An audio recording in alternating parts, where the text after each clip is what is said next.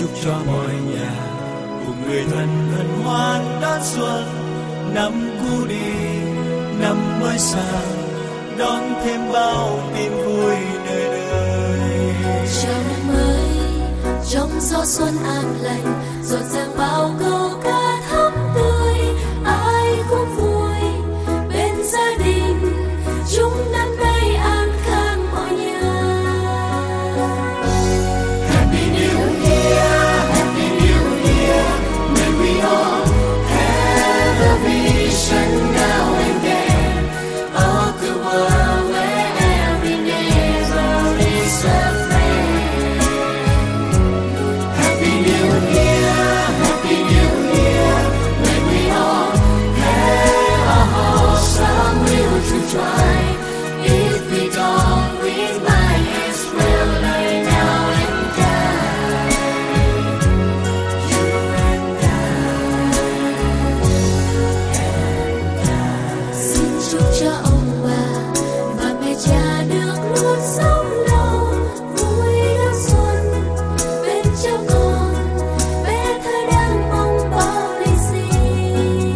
Ngày đầu năm ai cũng vui sum vầy, cầu tình duyên mình đi lễ chùa.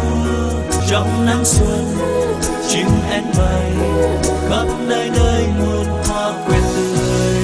Gió xuân chan hòa tiếng reo ca. Happy New Year, Happy New Year, may we all have a vision now and then of the world where every neighbor is a friend. Happy New Year, Happy New Year, may we all have a wholesome will to try. If we don't, we might as well learn now and die. You and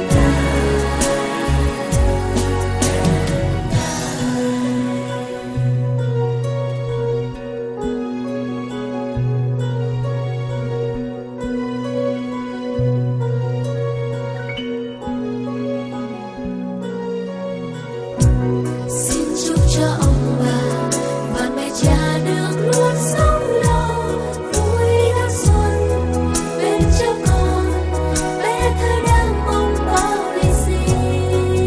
ngày đầu năm ai cũng vui sum vầy, cầu tình duyên mình đi lễ chùa. Trong nắng xuân chim én bay, khắp nơi nơi muôn hoa quen tươi. Gió xuân chan hòa